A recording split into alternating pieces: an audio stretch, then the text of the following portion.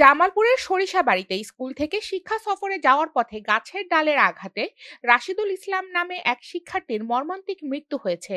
22 ফেব্রুয়ারি শনিবার সকাল 8টার দিকে উপজেলা সাতপোয়া ইউনিয়নের বাগমারা মোড়ে এই দুর্ঘটনা ঘটে।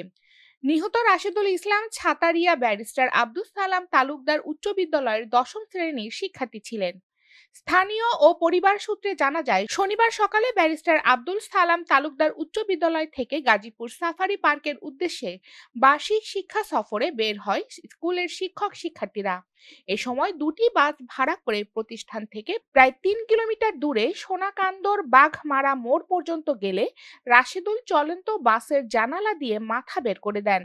হঠাৎ রাস্তার পাশে থাকা কাঁঠাল গাছের ডালের সাথে মাথায় আঘাত পেয়ে গুরুতর আহত হয় রাশেদুল। পরে সঙ্গে সঙ্গে শিক্ষকরা তাকে নিয়ে হাসপাতালে গেলে কর্তব্যরত চিকিৎসক মৃত বলে ঘোষণা করেন।